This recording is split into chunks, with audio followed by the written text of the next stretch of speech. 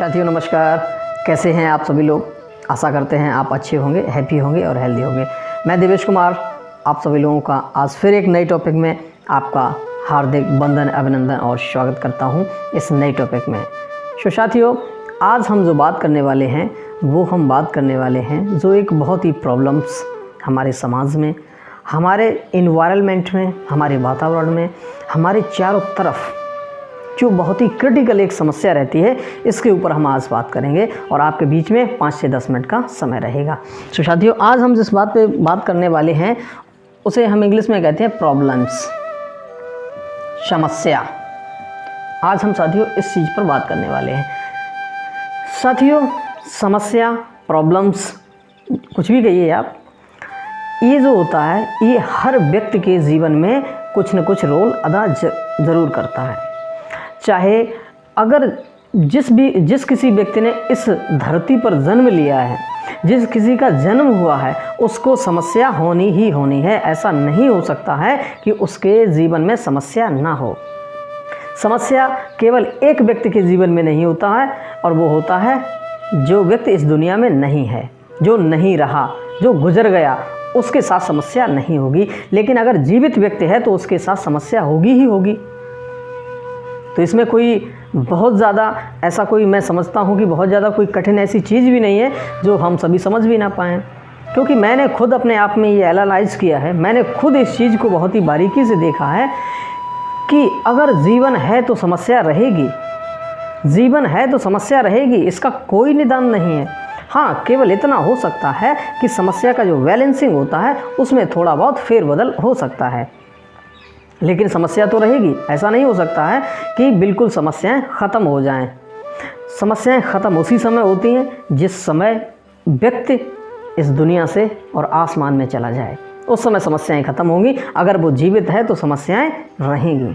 तो इनके लिए फिर समाधान के लिए क्या हो सकता है? इनके लिए कुछ ऐसा हम मान के चलते हैं कि समस्याएं जो होती हैं वो 2 कैटेगरी की होती हैं। नंबर 1 तो एक्चुअल, जिन्हें हम कहते हैं वास्तविक। अगर आपके जीवन में कुछ वास्तविक समस्याएं हैं तो वो ध्यान देने योग्य हैं और उन पे हमें ध्यान देना भी चाहिए।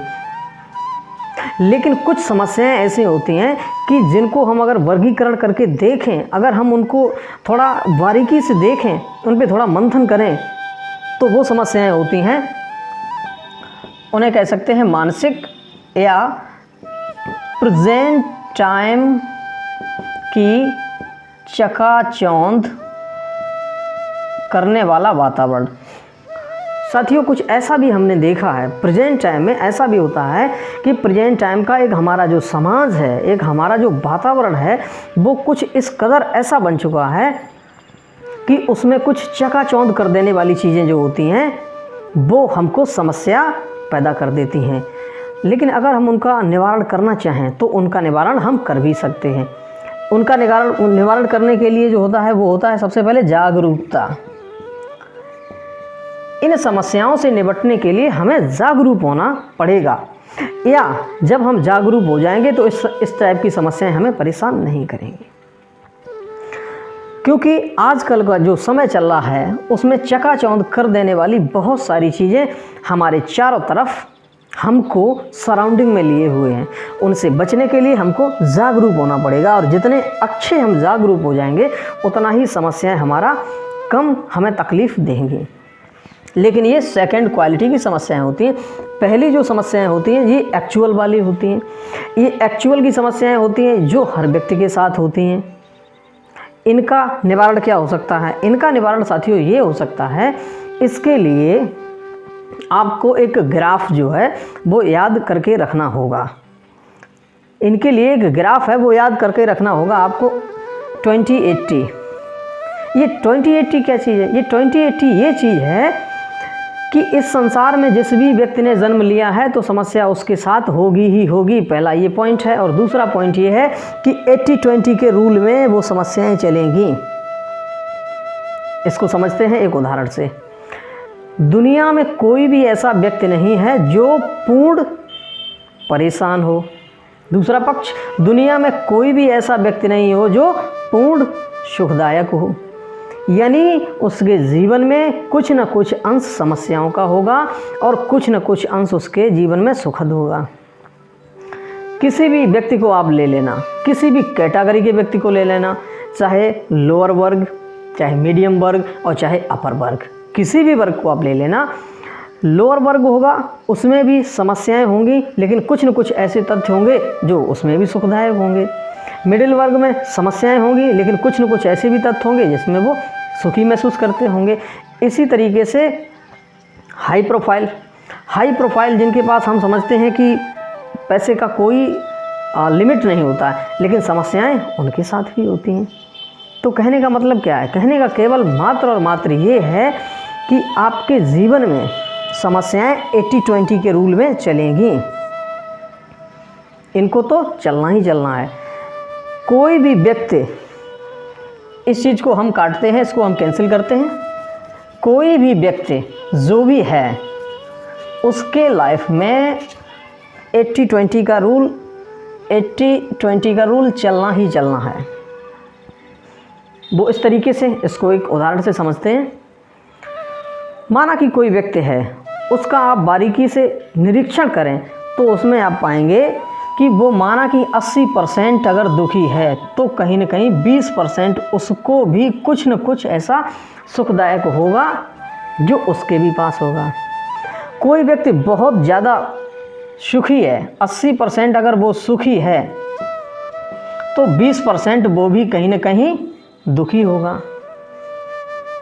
तो यहाँ पर कहने का मात्र मतलब ये है कि आप 80% से ज़्यादा दुखी नहीं हो सकते हैं और 80% से ज़्यादा आप सुखी नहीं हो सकते हैं। जिस सिचुएशन में घोर समस्या हो, जहाँ कोई रास्ता नज़र ना आए, उसमें भी 20% आपका माहौल पॉजिटिव वाला होता है। और जिस सिचुएशन में आप बिल्कुल सुखी महसूस करें, लेकिन उसमें भी 20% ऐसा माहौल होता है जो दुखदायक या कष्टदायक होता है।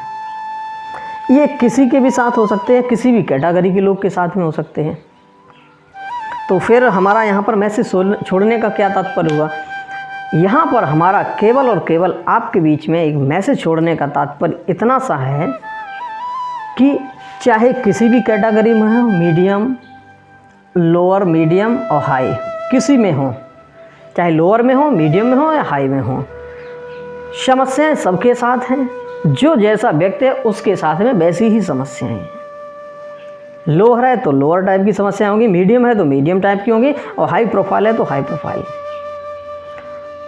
यहाँ पर केवल और केवल आपके बीच में जो हम मैसेज छोड़ना चाहते हैं वो केवल ये है कि आप 100% कभी दुखी और 100% कभी सुखी नहीं हो सकते हैं। बस इतना सा मैसेज है आपके बीच में। साथियों, मैं समझता हूँ कि मैं अपना मैसेज आपके बीच में पहुँचा पाया हूँ और इसी 80-20 रूल के साथ आज आपसे विदा लेते हैं और एक फिर नए टॉपिक में, एक नए कॉन्सेप्ट के साथ फिर आपसे मुलाकात होगी। तब तक के लिए आप हैप्पी रहिए, हेल्दी रहिए एंड खुश रहिए and have a nice day. Take care.